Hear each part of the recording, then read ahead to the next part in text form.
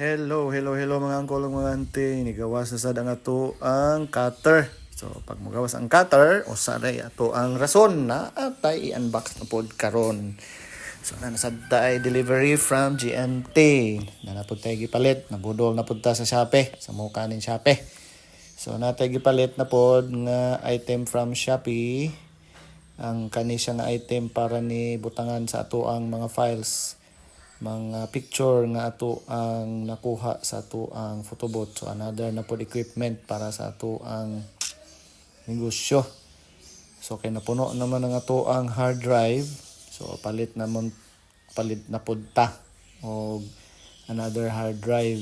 So external lang siya. So kaning hard drive is from Seagate. So it is a 2 terabyte nga external drive na naa siya pakapin nga pouch para butanganan.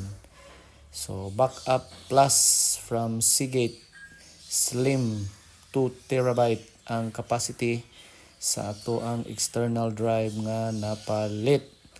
Kaya nga ato ang mga files, mga pictures, mga designs ug uban pang mga kinahanglan nato ipang save sa ato ang photobooth ato nang ibalhin diri.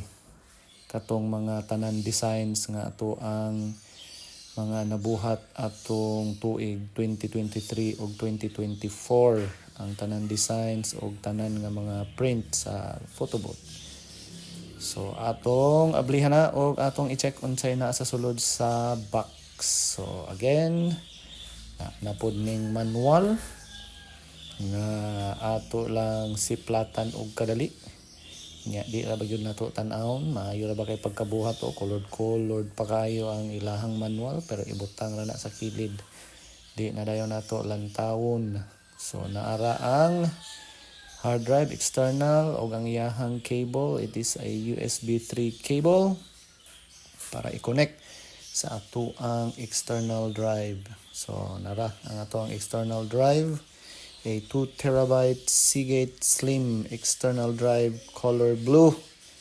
So pites kayo, one of our favorite color ang napadala ni Seagate para sa ato ang external HDD.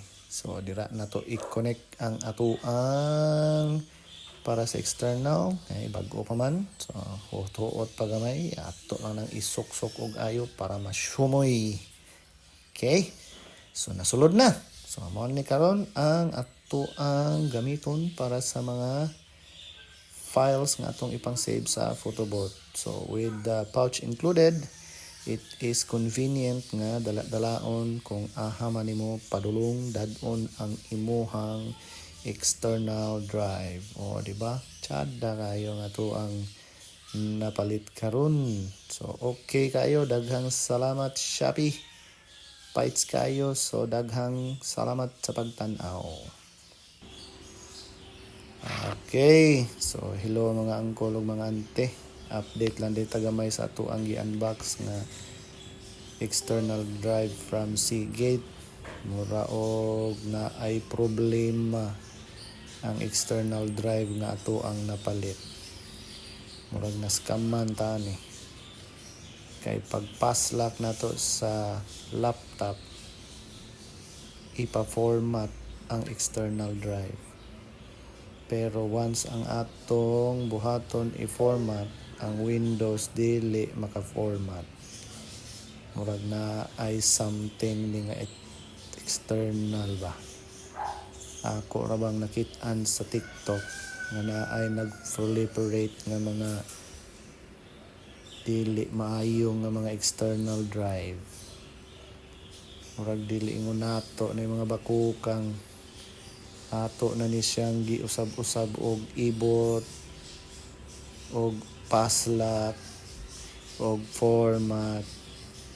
Mura og di gihapon mo andar, di mo gana. Murag kinahanglan na nato i-activate ang return policy ani mga angkol ug mga ante. Be, testingan natong usab og pansak. O dagan ha. Detected ni Windows. Then mo display dira atong i-access ang external drive. ipa-format, then atong i-format tagad-tagad gamay pero walay nahitabong format. Windows cannot format the external drive. Murag di maayo ni da. Murag something ni nga external drive. Sige lang na may return policy si Shopee. Ato tong i-fill up ang form ni Shopee para ato ning mauli ang defective nga external drive. Lesson learned. Legit man pod ni siya pod napalitan dito ba, nakabutang man pod og 4.8 ang record ani dagto. Ngano ka ni? Murag bad batch siguro ni nga external drive da.